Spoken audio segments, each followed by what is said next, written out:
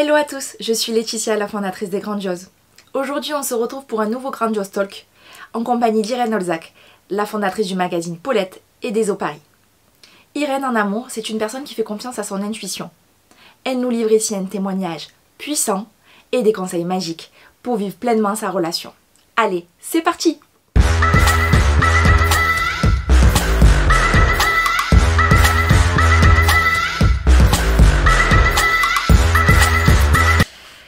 Bonjour à tous, merci de nous rejoindre sur cette vidéo. Aujourd'hui, je suis en compagnie d'Irène, la fondatrice des Paris et de Paulette. C'est rigolo parce qu'il y a quelques années, j'avais acheté ce magazine qui est resté très cher dans mon cœur, que j'utilise chaque année pour placer mes intentions de la nouvelle année. Et aujourd'hui, je suis à ta compagnie, donc merci de m'accorder ton temps. Merci de me recevoir. Aujourd'hui, le sujet, c'est l'amour. Donc on connaît Irène de par ses nombreux business, mais je vais te laisser te présenter de manière plus personnelle. Ok. Je m'appelle Irène Olzac, je suis née en France, mais d'une maman turque et d'un papa d'origine polonaise. Ouais. J'ai 37 ans, j'ai grandi en banlieue parisienne. J'ai un petit frère et une petite sœur, un petit frère qui vit aux États-Unis, une petite sœur qui vit à Paris.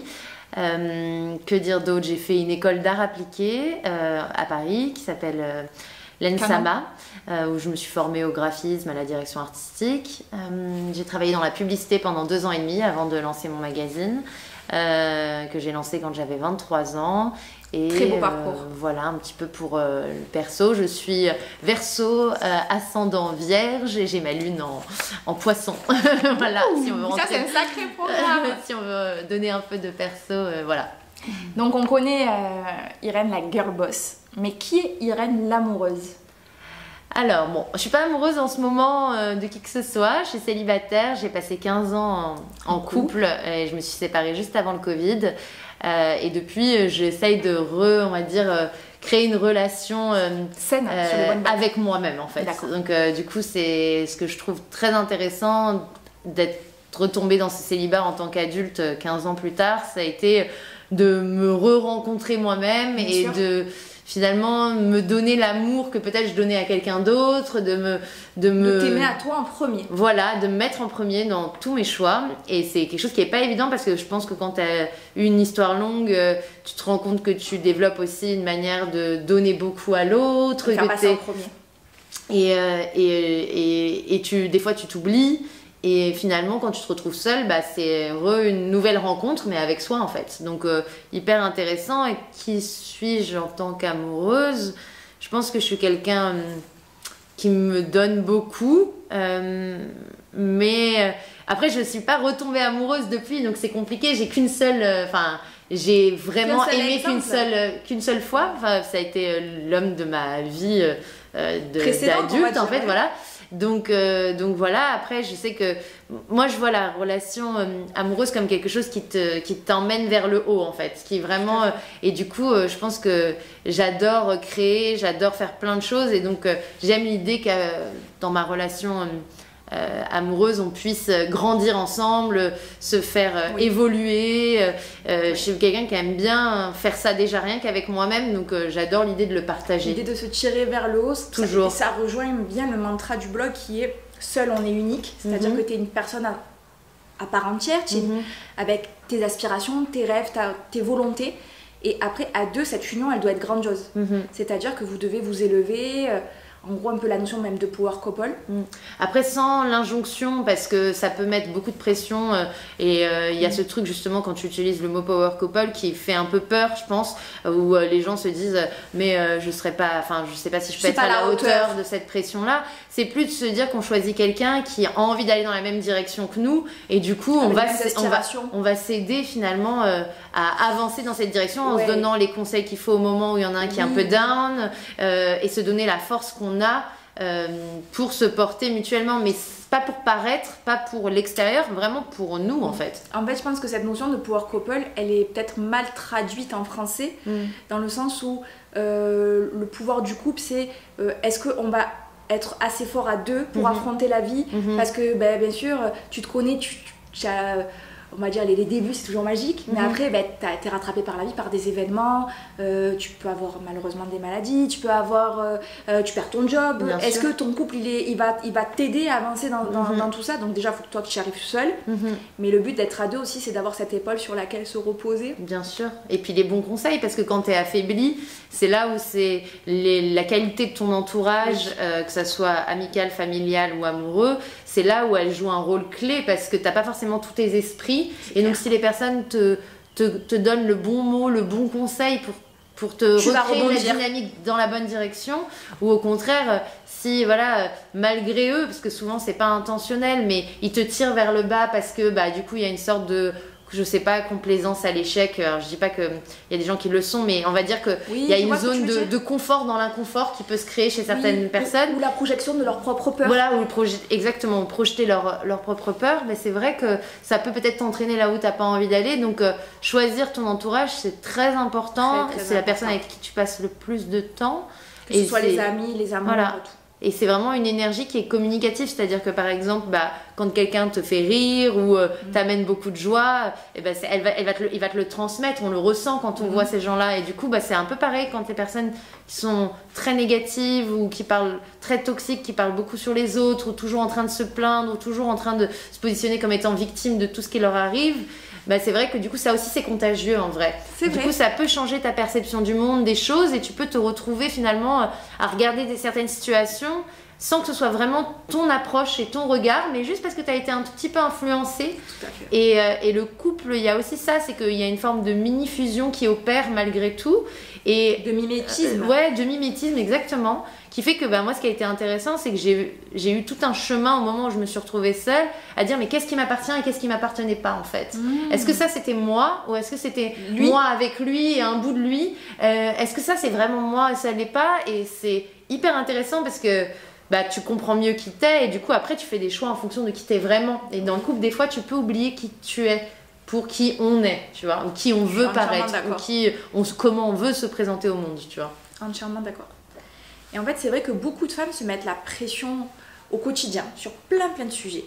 Et je sais que toi et ton magazine, vous avez fait justement évoluer les mentalités sur le sujet, la charge mentale, coucou. Mais toi, donc si tu devais donner un conseil pour lâcher prise, il faut vraiment lever le pied sur ça et évacuer. C'est un peu mon sujet du moment, j'avoue, le lâcher prise. Je suis quelqu'un qui a beaucoup de mal à lâcher prise parce que j'associe lâcher prise à abandon.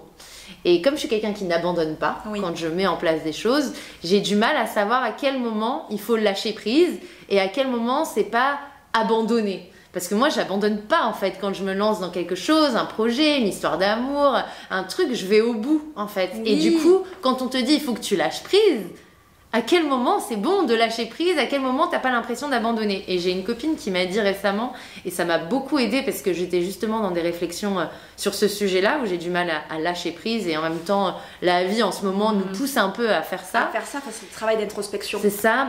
Et puis aussi le fait qu'on peut pas contrôler ce qui se passe, donc comme on peut pas contrôler le contexte dans lequel on est obligé de lâcher prise sur cette illusion de contrôle en fait dans laquelle on s'est construit et on croit qu'on peut. Et elle m'a dit un truc très juste, elle m'a dit je pense que le lâcher prise c'est quand une fois que tu as lâché tu te sens soulagé, là où l'abandon c'est une fois que tu as lâché tu as des regrets. Wow, et en gros puissant, ça. c'était ça m'a vraiment éclairée. Je me suis dit mais elle a hyper raison, et j'ai réfléchi aux choses sur lesquelles je devais lâcher prise, et en fait c'était marrant parce que finalement c'était plus des choses qui me soulageaient que des choses que j'allais regretter en fait. Je te dis, là c'est là tu ouais. Et ça lâche, le soulagement ça lâche. Ouais, et du coup, d'une certaine façon, c'est hyper intéressant de voir cette différence. C'est un peu la différence entre le mental et l'intuition, comment tu différencies. Et c'est toujours des choses qui se ressemblent, qui sont très proches, mais au final qui sont quand même très différentes. Et pour moi, cette histoire de lâcher prise, c'est quand t'es soulagé. Du coup c'est se dire quand t'es dans une situation où tu te dis putain, enfin on te dit tu devrais peut-être lâcher prise et que t'as pas envie de lâcher parce que t'as pas envie d'abandonner, parce que t'es pas quelqu'un qui abandonne, c'est de te poser la question, si je lâchais, comment je me sentirais? C'est quoi le sentiment d'après? Voilà, là imaginons que je lâche, imaginons que ça je ralentisse ou bien que j'arrête complètement. Qu'est-ce qui me vient comme première émotion? Est-ce que c'est du regret ou est-ce que c'est un soulagement? Et là, t'as ta réponse quoi. Et ça c'est génial. Et ça c'est génial. Et puis alors si je devais ajouter un truc, c'est pas abandonner, c'est se rediriger peut-être aussi. Peut-être aussi, bien sûr, mais de toute façon pour moi tout est des redirections, c'est-à-dire que je vois tout chemin qui n'est pas comme tu l'as prévu, comme tu l'as écrit, comme des perpétuelles de redirection. Une porte se ferme, donc en fait c'est tout d'un coup, en fait c'est comme si tu es sur un chemin dans une forêt et tout d'un coup il y a une sorte de cul-de-sac, mais en fait tu repars vers la droite et en vrai c'était entêté à aller vers la gauche alors qu'il y avait un ravin ou je ne sais quoi. Enfin, alors que finalement, cette redirection, c'est parce que c'est le chemin que tu dois prendre. Et du coup, pour revenir à ta question sur la pression que les femmes subissent, la charge mentale et comment un peu lâcher prise, évidemment, c'est toujours facile de dire on fait pas attention à ce que les autres pensent et tout, mais en vrai, c'est un discours qui est facile à tenir, mais qui est beaucoup plus dur à mettre en place.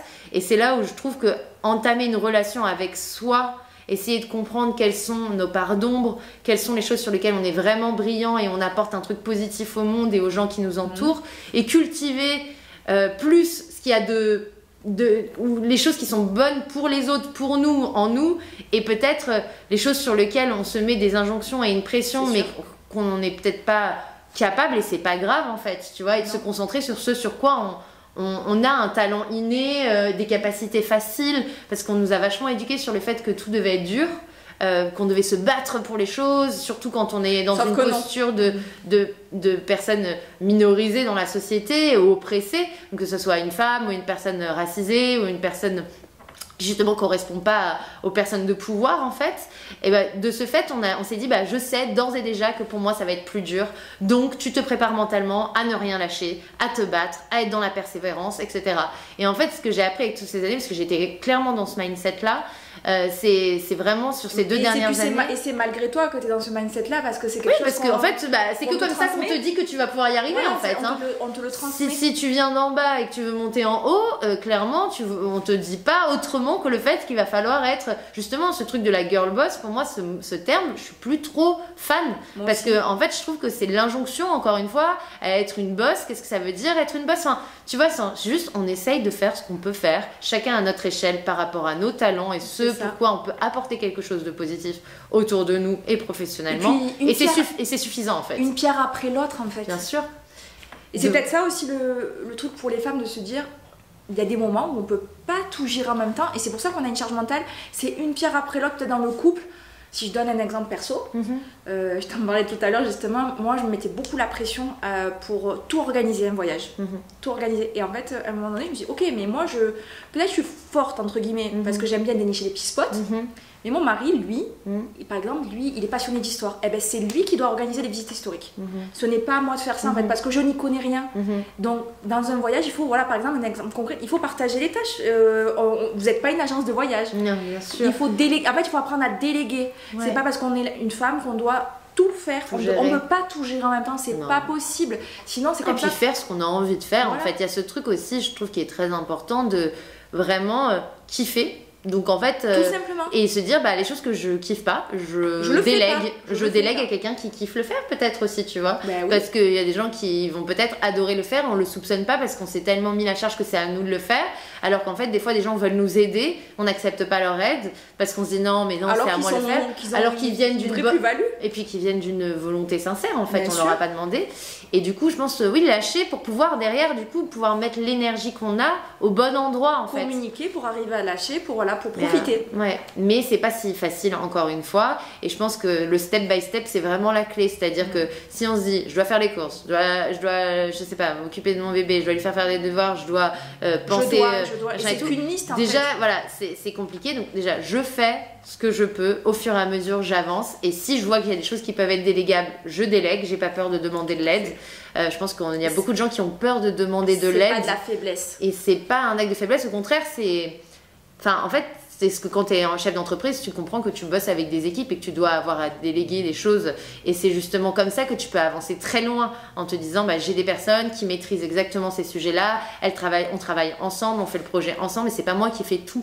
Et c'est une preuve d'humilité aussi, parce qu'on n'est pas des surhommes, surfemmes. Donc du coup en fait c'est bien d'avoir l'humilité de se rendre compte qu'on peut pas tout faire, et plutôt que d'être dans une sorte d'ego frustré en plus parce que tu le fais pas bien, et de pas avoir peur de demander de l'aide aux personnes qui peuvent nous accompagner en fait. Bien sûr. Et des fois, il y en a plus qu'on l'imagine. Et des fois, des personnes qu'on soupçonne même pas. C'est qu'on retient pas les petites opportunités ou les petits n'hésite pas si un jour, si ceci. Alors qu'en fait, c'est là-dessus qu'on peut s'appuyer. Ouais, carrément. Donc, carrément, ça peut être juste prendre une heure pour soi, tu vois. Si t'as un bébé, bah, tu le laisses à une maman, une copine, à quelqu'un, juste pendant une heure, pas plus. Des fois, une heure, c'est déjà suffisant pour c'est énorme, avoir une heure, tu peux faire plein de choses. Voilà, pour avoir un moment à soi. Et donc là, on va rentrer un peu plus dans les questions un peu plus holistiques. Toi, est-ce que tu crois à cette notion de âme sœur? Alors, il y a plein de termes dans le monde de la spiritualité sur les flammes jumelles. Voilà, il y a plein de différences. Il y a plein de choses. À vous d'aller voir comment vous avez envie de les appeler. Je crois au fait qu'on se reconnaît quand on rencontre certaines personnes. C'est-à-dire qu'en gros, il y a des gens comme ça, on n'a pas besoin de très longtemps pour se dire j'ai l'impression de l'avoir toujours connu, ou j'ai la sensation qu'il y a un truc qui match et qui clique parfaitement. Et ça peut être, d'ailleurs, c'est pas que dans l'amour, selon moi, c'est en amitié, vraiment relationnel, etc. Ça, j'y crois beaucoup et je crois... Mais après, c'est très personnel, mais au fait qu'effectivement, on est des âmes incarnées dans des corps et que du coup, nos âmes continuent de faire du chemin. Je crois à la transgénération et tout ce que nous transmettent voilà, nos liens familiaux, dans nos émotions, dans ce qu'on est et tout. Donc oui, ça, j'y crois. Après, dans l'amour, je crois aussi que en fait, la manière dont on évolue, dont on grandit, dont on change, fait qu'on se transforme tout au long de notre vie. Et que le fait d'avoir une seule personne toute notre vie, il faut sacrément être exactement dans la même évolution et le même mindset. La même dynamique. Parce que, en fait, la personne que tu rencontres à un instant T, elle ne sera pas la même dans un an, 5 ans, 10 ans, 15 ans. Et si vous évoluez pas sur le même... Enfin, dans les mêmes envies, en tout cas... ça marche plus à un moment donné, c'est ça. C'est normal qu'à un moment donné, ça marche plus. Et puis, ça dépend à quel point... tu fais un travail sur toi, d'aller comprendre ce qui est vraiment bon pour toi, plutôt que d'être dans une façon passive d'expérimenter la vie. Et donc du coup, je pense que ça peut arriver, mais je pense qu'on est là pour vivre des moments de vie avec des personnes, autant en amitié, autant en amitié qu'en amour, et qu'il y a des personnes avec qui tu peux vivre des choses super intenses qui vont durer qu'une semaine, d'autres qui vont durer 15 ans, d'autres qui vont durer 3 mois, et vraiment pareil en amour et en amitié, parce qu'ils vont t'accompagner sur un moment de ton expérience en fait de vie. Et ça, j'y crois vraiment beaucoup, et je trouve que tu sais reconnaître une personne quand tu la rencontres, où il y a quelque chose de très puissant. Et il n'y a jamais de hasard aux rencontres, je pense. Elles sont tout le temps là pour t'apprendre quelque chose. Des fois, la leçon, elle est plus longue, l'apprentissage, il est long. La personne, elle doit t'apporter un truc pour t'accompagner sur un moment de ta vie. Des fois, elle est en positif ou en négatif d'ailleurs. En fait, je vois toujours ça en positif, dans le sens où même si c'est une expérience traumatique, elle te fait grandir en fait. Donc même si quoi qu'il arrive, même si la personne est négative. Oui, voilà, c'est ça. Toi, quoi qu'il arrive, l'apprentissage. Il faut arriver à le digérer en positif. Ouais, mais de toute façon, en passant à autre chose, tu vois toujours, au final, tu le vois peut-être pas sur le coup, et c'est normal, mais 5 ans plus tard, 5 ans plus tard, 3 ans plus tard, enfin, tu peux te dire, en fait, grâce à cette expérience, aussi difficile soit-elle, j'ai pu devenir la personne que je suis aujourd'hui. Sans ça, peut-être que j'aurais pas fait ça ou ça. Donc, il y a vraiment des apprentissages à tirer de tout. Mais c'est vrai que je crois au fait qu'on se reconnaisse, en tout cas, de manière énergétique, âme. Et on parle beaucoup du karma. C'est une notion qui revient beaucoup, qui est des fois pas toujours bien traitée aussi, mais elle a le mérite d'exister. Et comment on peut développer un bon karma? C'est quoi avoir un bon karma? Parce qu'il y en a qui disent oui, non, mais moi j'ai un mauvais karma. Non, c'est pas vrai. On a tous, je pense, un bon karma, personnellement. Mais est-ce que c'est pas quelque chose qui se cultive? Ouais, alors je connais plus trop l'histoire du mot karma. Je sais que ça vient d'Orient, le terme, mais je sais plus exactement quelle est sa définition.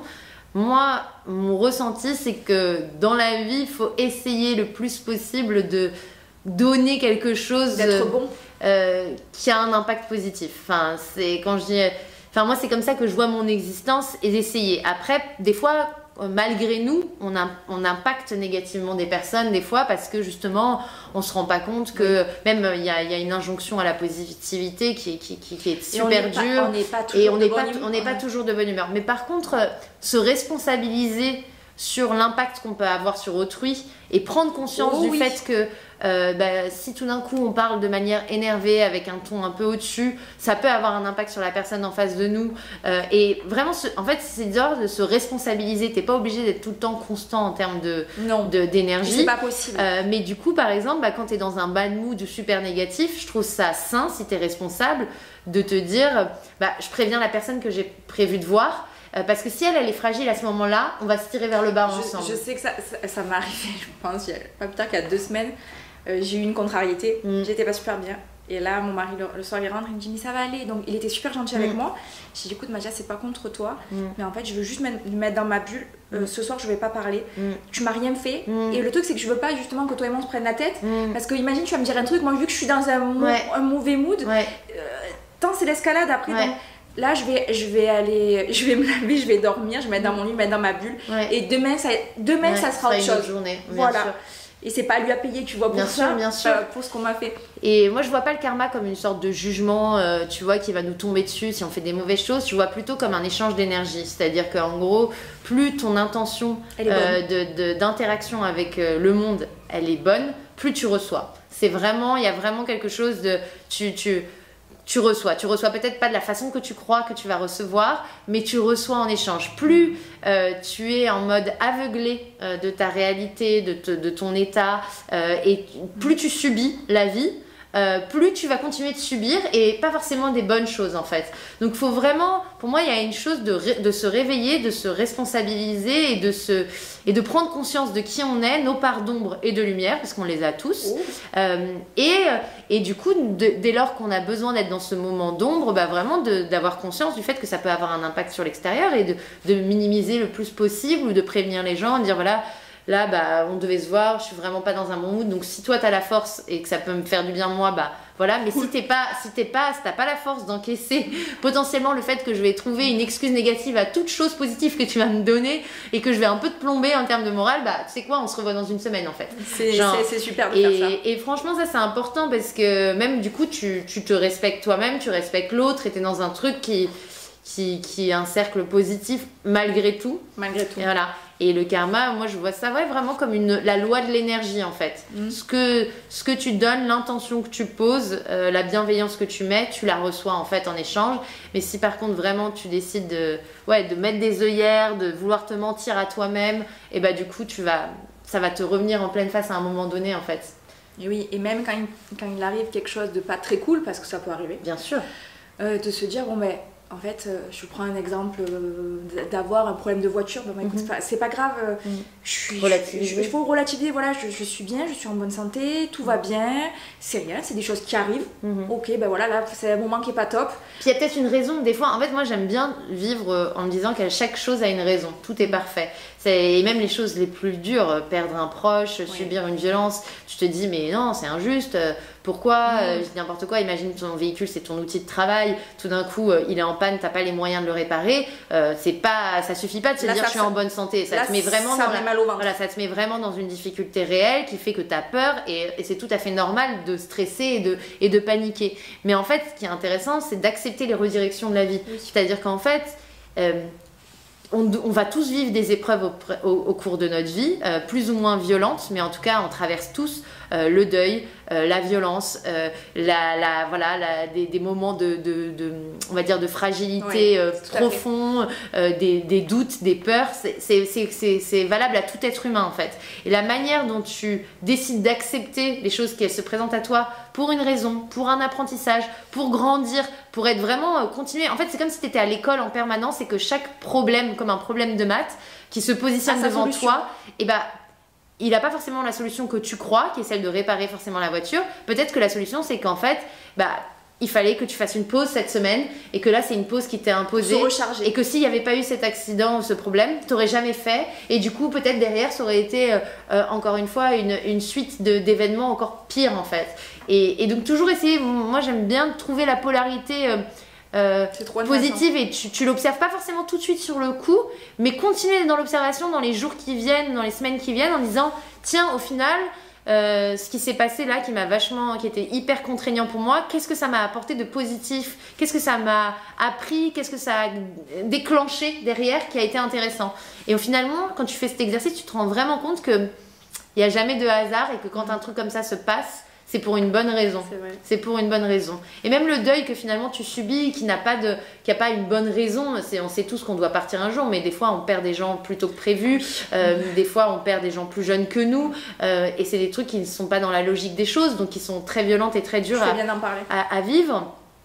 Encore une fois, on ne le sait pas tout de suite, mais ça nous transmet quelque chose en fait. Ça nous transmet quelque chose. Il faut avoir la patience de comprendre, on va dire, le destin qui est écrit pour nous en fait, quoi.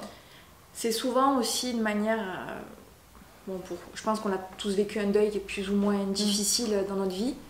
C'est aussi une façon de dire en fait, pour moi j'appelle ça le déclic sur la vie, c'est-à-dire ça met un déclic parce que des fois on est dans une course et on se plaint, on se dit voilà, ça se finit, et en fait on se rend pas compte que la vie elle est courte en fait, elle est très courte, très courte, et on n'est pas immortel. Et donc c'est aussi un déclic, je pense, des fois ça fait un déclic général, de dire ok, là en fait la vie elle est courte, il faut que j'avance, pas sans me plaindre, c'est pas ça, mais il faut que j'arrive à voir que la vie, ben voilà, c'est pas une course, c'est pas un marathon. Il faut que je la vive pleinement. Il faut que je la vive pleinement, tranquillement, que je prenne peut-être voilà, le temps, comme toi tu l'as fait, comme tu en as parlé, de prendre du temps pour moi, de réévaluer mes envies. Les gens qui n'ont pas eu ce déclic vis-à-vis d'un deuil, peut-être qu'ils ont eu ce déclic quand il y a eu le Covid. Le confinement, ça a été pour beaucoup bien sûr un déclic sur la vie. Qu'est-ce que je veux dans ma vie? Une fois que la vie s'arrête, la vie professionnelle, parce que les gens ils sont dans un rythme effréné en fait tous les jours. Métro, boulot, dodo, ça n'est pas pour rien qu'on dit cette expression. Dans un rythme effréné. Et en fait, voilà, le Covid ou souvent les deuils, ça permet en fait de reculer, dire ok, en fait on va tous mourir, on sait juste pas quand. C'est voilà. Ça. Et ce qui était avant le Covid déjà le cas, on va tous mourir et on ne sait pas quand. Oui, donc c'était pas une nouveauté en fait, ça a juste été une sorte de bulle sur notre réalité d'être humain, exactement, qui nous a permis de juste reprendre conscience de notre expérience terrestre, quoi. Elle est pas là pour être très longue, et de ce fait le peu de temps que je passe sur cette terre, comment je vais l'utiliser, comment j'ai envie de kiffer en fait, parce qu'on est aussi là pour kiffer. Et puis quand tu kiffes la vie, il n'y a pas de culpabilité à avoir parce que généralement tu le transmets. Donc en fait, quand tu es dans le kiff, tu arrives à transmettre aux autres le kiff, à les entraîner avec eux dans ça. Et finalement, ta vie est beaucoup plus légère. Et on a toujours l'impression que la vie, elle doit être dure parce que la réalité, le contexte extérieur, politique, géopolitique et tout, il est dur parce que l'être humain, il a une part d'ombre qui est vraiment dure en fait. Mais quand tu décides de dire je veux essayer de trouver de la légèreté dans mon quotidien, je veux essayer de trouver de la fluidité, des choses qui se font simplement, facilement, qui me font du plaisir, qui me font du bien, et j'essaye de cultiver ça dans ma vie, bah, tout d'un coup tu changes un peu ta réalité de vie, mine de rien, et puis en plus tu as un impact sur les gens qui t'entourent, parce que tu changes aussi celle de tes proches, parce que tu leur montres que c'est possible sans avoir à être forcément milliardaire ou sans avoir à tout sacrifier, tes envies. Enfin, c'est vraiment des questions qu'on devrait se poser plus souvent. C'est quelles sont les choses qui, dans mon quotidien, dans ma vie, me rendent heureux, me font du bien, me mettent en joie. Comment je peux faire en sorte que ces choses-là, je démultiplie leur présence, et peut-être que du coup, il y a d'autres choses que je fais un peu moins ou que je délègue, tu vois. C'est très très intéressant ce que tu dis. Là, on aborde un autre sujet. C'est la compatibilité amoureuse. Donc c'est assez important. Bon, on a vu depuis le début que c'est souvent des moments de vie. Mais est-ce que tu penses, parce que c'est un sujet qui revient souvent, que l'astrologie, par exemple, ça a une influence sur cette compatibilité? Alors moi, c'est vrai que j'ai cofondé un projet qui s'appelle ESO Paris avec Lucilia et Anan, mes deux associés. Et on est spécialisé sur le monde de l'invisible, l'astrologie, la médiumnité, etc. Et c'est vrai que c'est un sujet qui est assez fascinant. Et j'adore faire le thème astral de mes dates, clairement, pour pouvoir voir justement cette compatibilité. Alors je ne dis pas que tout repose là-dessus, mais mine de rien, quand tu fais le thème astral d'une personne et que tu vas en détail sur les planètes parce que tu t'es un peu formé à l'astrologie, tu te rends compte à quel point c'est très juste. C'est-à-dire que le schéma décrit dans les nuances de la personnalité, pas juste le signe solaire et l'ascendant, vraiment toutes les planètes dans ton thème astral. Et donc c'est hyper intéressant de voir que par exemple moi donc, je suis Verseau ascendant Vierge, j'ai ma lune en Poisson et j'ai 3 planètes en Poisson, 3 planètes en Capricorne et par exemple ma planète de Vénus qui est la planète des émotions et de l'amour, elle est en Poisson. Et finalement quand je dis je suis Verseau, les gens vont percevoir une partie de moi, mais qui n'est pas que moi, parce que finalement, sur le volet émotionnel, je suis plus Poisson que Verseau pour le coup. Et donc, du coup, c'est très intéressant de voir. Effectivement, moi j'aime bien faire ça, ça me fait rire. Après, de toute façon, les choses auxquelles je fais le plus confiance, c'est mon intuition. C'est-à-dire vraiment mes ressentis. Si tout d'un coup, quand je rencontre quelqu'un, dès les premiers d'abord, il y a des petits red flags qui sont tout doux, tout gentils, mais qui sont là genre pas ouf, et ben je sais que c'est des trucs qui vont rester, voire qui vont peut-être augmenter quand on sortira de la zone de papillon, etc. Et du coup, ça j'essaye de l'écouter plus, me dit mon intuition et mes ressentis, et à moins me précipiter tout de suite dans le côté super excitée de rencontrer une personne qui a l'air trop cool, qui me plaît physiquement, qui a l'air intelligente et tout, mais vraiment de me dire, attends, pose des questions profondes, va dans des choses qui vraiment sont importantes pour toi et vois comment la personne répond à ces questions-là. Parce qu'en fait, si ça te plaît pas dès les premiers rendez-vous, ça te plaira pas dans la durée. Oh, non. Surtout si c'est des fondamentaux assez importants pour toi dans ta façon d'être. Et dans l'astrologie, généralement quand même, quand on compare les thèmes astro, on voit vraiment les personnes. Donc ça peut aider de te dire ok, cette personne, ses points de force c'est ça, ses faiblesses c'est ça, ce qu'il attend de l'autre c'est ça, et si toi tu corresponds à quelque chose qui peut s'imbriquer, mine de rien il y a quand même des chances que ça puisse marcher, tu vois. Mais après je miserai pas tout sur l'astrologie pour rencontrer quelqu'un, mais par contre je trouve ça intéressant, comme dans la vie en général, de poser des questions. Et c'est une manière d'apprendre à connaître la personne. Bien sûr, et puis même moi ce que je fais, c'est que je envoie le thème astral à l'autre et je lui dis qu'est-ce que t'en penses, est-ce que ça te définit bien? Et généralement les personnes elles disent ah mais ouais grave. C'est totalement moi. Donc en fait s'il te dit c'est totalement toi, ça veut dire qu'il t'a pas menti, donc ça veut dire que t'as tout sur le papier, donc s'il y a des choses qui profondément te dérangent, tu le sais dès le début, donc après... c'est comme...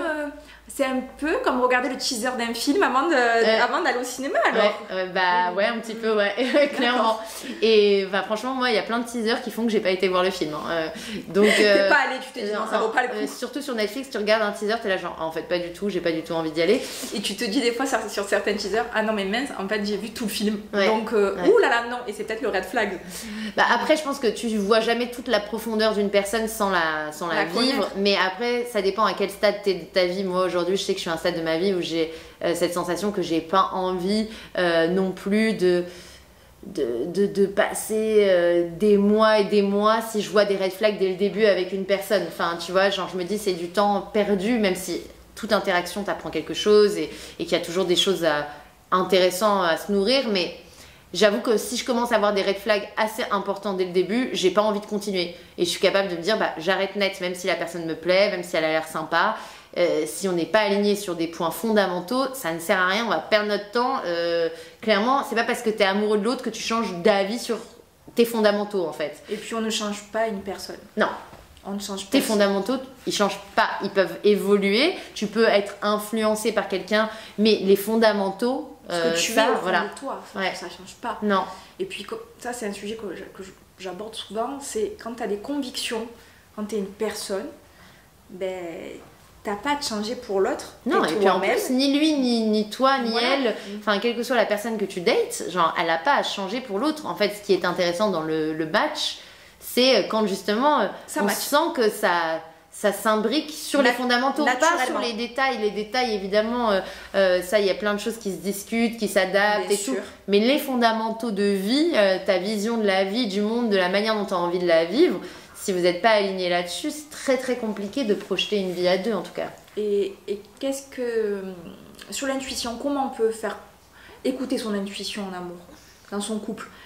Est-ce que tu as des exemples où tu t'es dit, voilà, là, je vais m'écouter. Mon intuition me dit ça, je l'ai un peu mise de côté, je l'ai un peu, voilà... J'ai pas voulu lui faire confiance, mais en fait, mon intuition, depuis le début, elle me l'avait dit. Ça, moi, typique, c'est quelque chose que j'ai pas assez fait dans ma précédente relation. Écouter mon intuition qui m'avait dit plein de choses. Et en fait, je pense que quand tu aimes, tu excuses. Quand tu aimes, tu donnes des... surtout quand tu réfléchis beaucoup, tu donnes tout le temps des comment on appelle ça, des raisons. Des raisons. Et tu vois, des circonstances atténuantes, voilà. Tu as toujours, oui, parce que tu fais tout le... Non, mais c'est même pas oui mais, c'est le oui parce que. Et donc en fait tu déroules toute la bobine et tu te dis oui mais en fait la personne elle fait comme ça parce que elle a eu ça et que comme ça et que comme ça. Ça c'est quand tu réfléchis beaucoup et que tu aimes bien analyser les choses. Sauf qu'en fait le défaut de ce truc là c'est que comme tu analyses tout, au final, tu es plus dans le mental que dans l'intuition.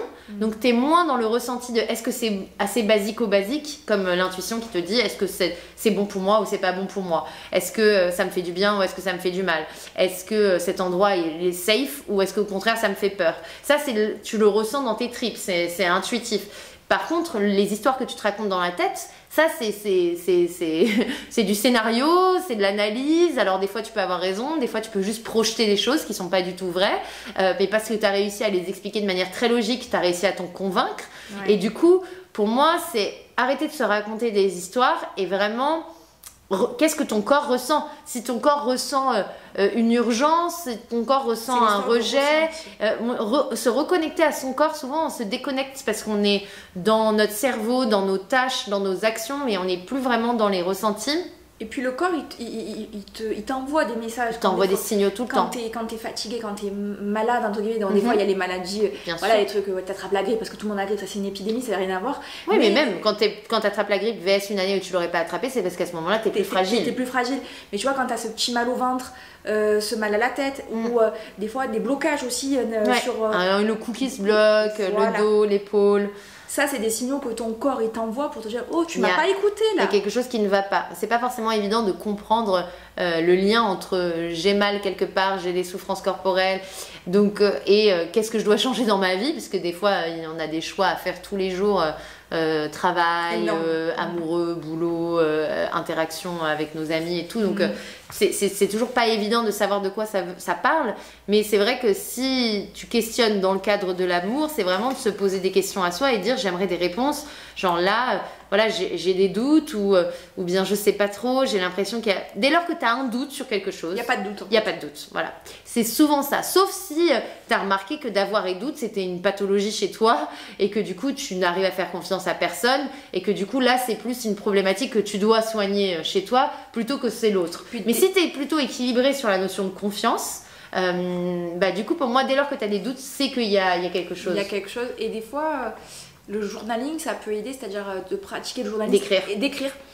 Quand ça va pas, le ressenti que j'ai eu, pour se vider. Parce que certaines n'osent pas en parler à leur entourage. Tout à fait. Donc quand on n'ose pas en parler, il faut se le dire à soi. Donc on peut pratiquer ce genre de choses. Et on se rend compte que quand on écrit, et quand on le fait de manière récurrente, et de mettre des dates, dire ah non mais là j'étais pas bien, là j'étais pas bien, là j'étais pas bien. En fait cette relation elle m'apporte pas du bon. Et c'est là qu'on peut avoir une prise de conscience. Parce qu'on a tendance à oublier. On oublie complètement. Et surtout, on oublie les mauvais... Moi je trouve que tu oublies vite les mauvais côtés. Tu retiens. Souvent quand tu as envie de revenir vers un ex un peu toxique, un ou une ex, genre c'est souvent... Ah mais parce qu'en fait t'as gardé que les bons souvenirs. Alors que si t'as sur papier... tout ce que tu as ressenti, toutes tes émotions, et souvent, heureusement, thanks God, tu as des amis qui sont là pour te le rappeler et te dire mais tu te rappelles là quand la personne elle avait fait ça, quand elle t'avait dit ça, l'état dans lequel était, et t'es là genre ah oui c'est vrai, putain j'avais oublié, merci.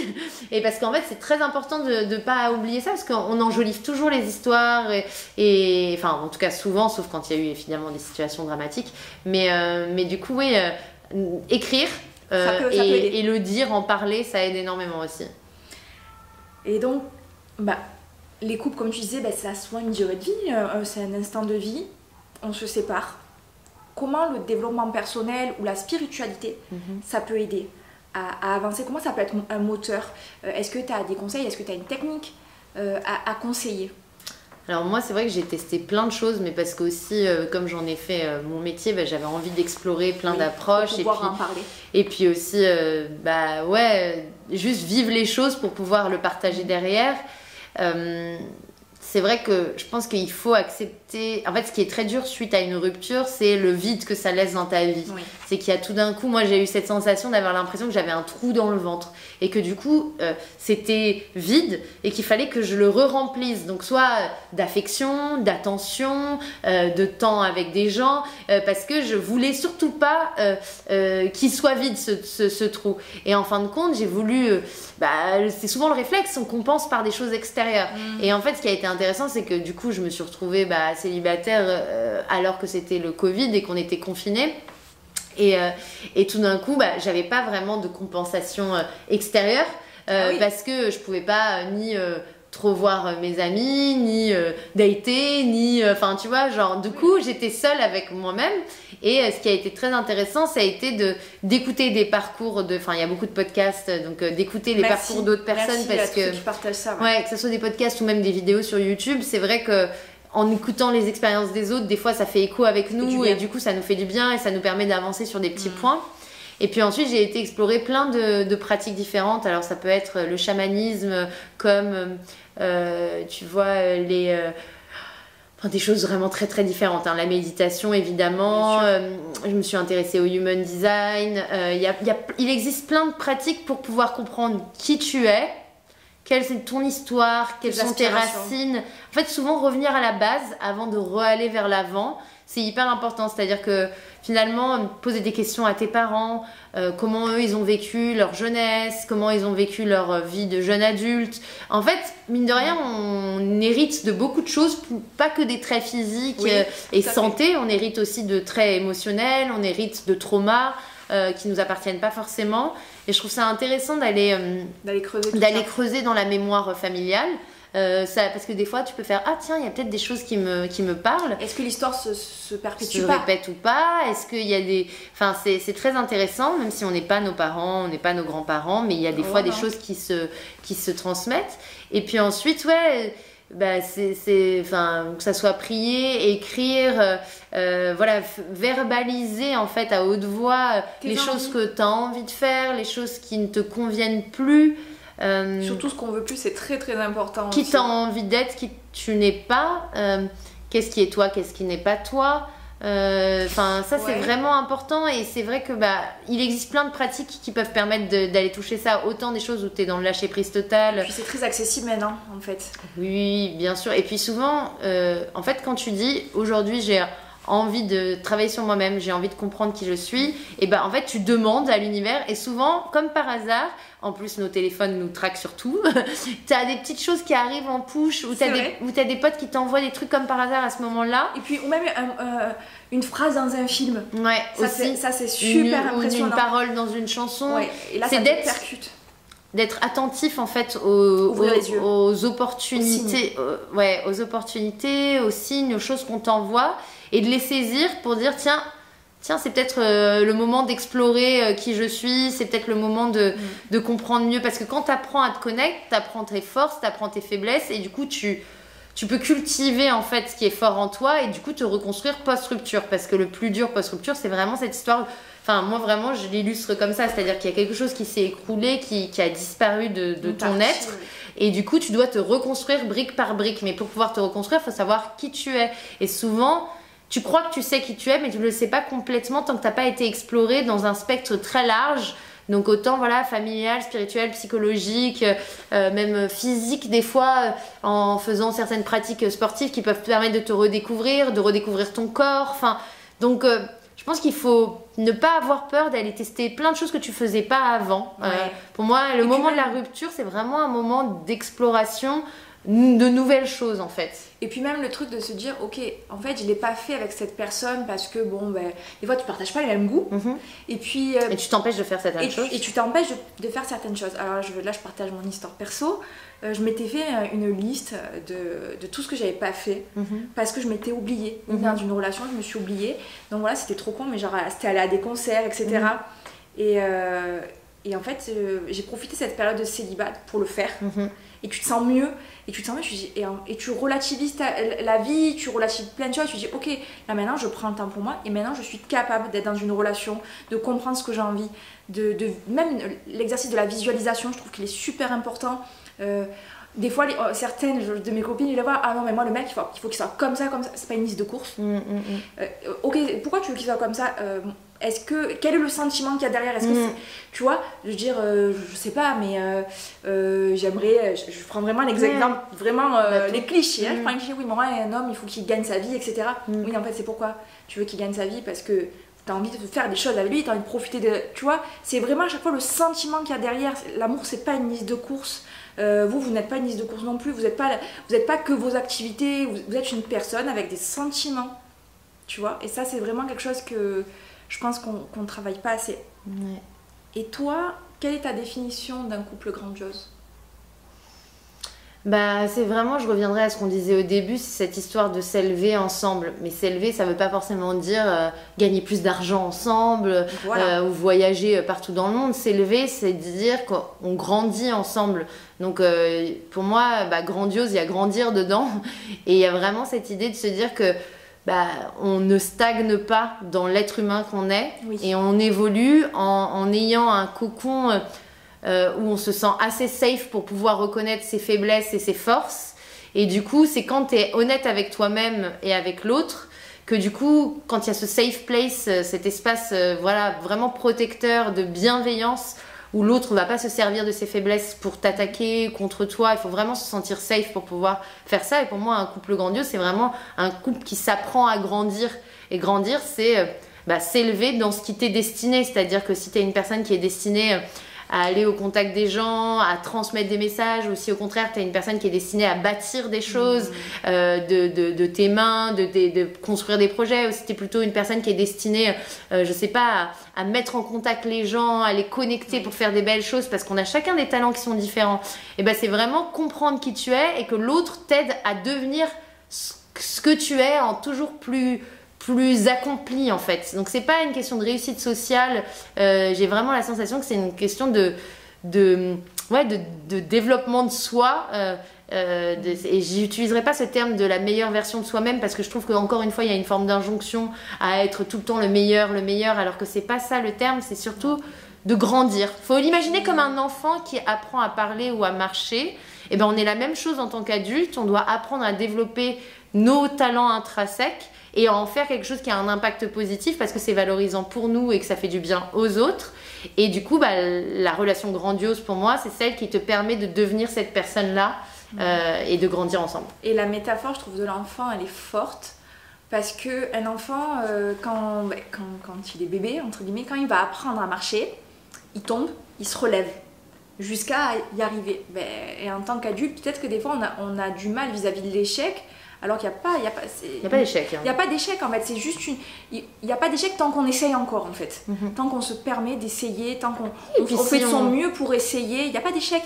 Et puis tant qu'on en a envie, parce qu'encore une fois, on peut décider de ne plus essayer au bout d'un moment parce qu'un truc n'est pas pour nous aussi en fait. Bien sûr. Donc c'est vraiment ce truc de se dire que juste on s'écoute. On s'écoute, et en face on nous écoute, et nous on écoute l'autre, et si on a envie d'aller dans la même direction en tout cas, malgré nos différences, parce qu'on n'est pas pareil et qu'on ne se met pas avec un jumeau de nous, du coup, si en tout cas les forces de chacun peut aider l'autre à grandir, pour moi ça c'est grandiose. Ok, donc toi tu dirais plutôt qui se ressemble s'assemble? Non. Ou les contraires s'attirent? Ah. Tu vois, des fois, tu as ces deux phrases. Je pense qu'il faut avoir des vrais points communs. Il faut avoir un socle commun. Un socle commun, et ce dont je parlais tout à l'heure, les fondamentaux. Il faut avoir des fondamentaux communs. Par contre, je comprends l'attirance des polarités qui ne sont pas les mêmes, dès lors qu'elles peuvent être complémentaires. C'est ce que je disais tout à l'heure. C'est que quand une pièce de puzzle, c'est pas les mêmes pièces qui s'imbriquent en fait, c'est des choses qui sont complémentaires. Donc je pense qu'il faut un socle, une base commune, le dessin du puzzle, mais qu'ensuite les pièces, elles doivent être complémentaires. Si c'est la même pièce, ça s'imbrique pas en fait. Ouais. Et donc pour terminer, c'est toujours la question de la fin. Quelle est la question qui selon toi est importante et qui n'a pas été posée? Bon alors je ne sais pas trop ce qui n'a pas été posé. Un sujet pour toi en amour qui est très important et pour moi vraiment le point qui est vraiment important, et c'est basique, c'est une phrase que tout le monde dit tout le temps mais vraiment je l'expérimente, c'est genre avant d'aimer l'autre faut s'aimer soi, et s'aimer soi c'est vrai que c'est le parcours d'une vie, mais du coup en fait ne pas voir la relation de couple comme une compensation d'un manque d'amour de soi, c'est-à-dire je ne sais pas, je m'aime pas assez donc je vais chercher chez l'autre le réconfort de ce manque d'amour, ou je n'ai pas reçu assez d'amour de mes parents donc je vais chercher chez l'autre la compensation de ce manque d'amour. Vraiment se dire que en fait si cette personne n'était pas là dans ma vie, je suis heureuse. Et donc cette personne, pour moi, elle rajoute, c'est la cerise sur le gâteau en fait. Oui. Elle doit pas être autre chose qu'une cerise sur un gâteau. C'est-à-dire qu'aujourd'hui, si pour moi, ton bonheur dépend de 50% de l'extérieur, c'est pas bon. C'est qu'il y a un déséquilibre et que du coup, tu n'as pas encore été t'apporter tout l'amour que tu dois t'apporter toi-même d'abord. Et donc, du coup, c'est là où je trouve que les périodes de célibat qui sont de plus en plus nombreuses aujourd'hui dans la jeune génération sont clés. Elles sont hyper importantes et qu'on les utilise à bon escient pour pouvoir justement peaufiner cet amour, ce self-love qui est ultra important pour nous donner la solidité, la paix intérieure, la confiance. Et même si c'est un travail de tous les jours, c'est jamais acquis d'un coup, malgré tout, tu gagnes des étapes. Et en fait, quand en face de toi, tu rencontres quelqu'un et que tu vois qu'il ne va pas déstabiliser ton équilibre, qu'il va juste y apporter quelque chose de plus, et ben là, c'est intègre encore une fois naturellement. Quelque chose de plus en fait, c'est du plus. C'est pas du... T'as pas besoin de lui pour exister. C'est du plus pour être bien, mais t'es déjà bien. Ça pour moi c'est vraiment ce truc qu'on a tendance à oublier parce qu'on fusionne, parce qu'on est dans des relations de codépendance affective, alors qu'en vrai on doit être indépendant affectivement parlant pour, selon moi, être dans une relation saine à deux en fait. Vraiment, l'indépendance affective. Indépendance affective. On va terminer sur ça. Merci pour tout Irène. Merci à toi. Merci d'avoir partagé tout ça avec nous. Je trouve que c'est un enrichissement. Parce que c'est très riche en fait. Et j'espère que ça va vous aider et que ça va vous donner des idées. Vous pouvez retrouver Irène donc bien sûr sur Paulette, sur Ezoparis. Ouais, sur 11h11 et sur Instagram surtout. Sur Instagram en priorité. Voilà. N'hésitez pas à me dire en commentaire ce que vous avez pensé de la vidéo, à partager vos expériences. Merci Irène. Merci à toi. À très vite. Salut. Salut.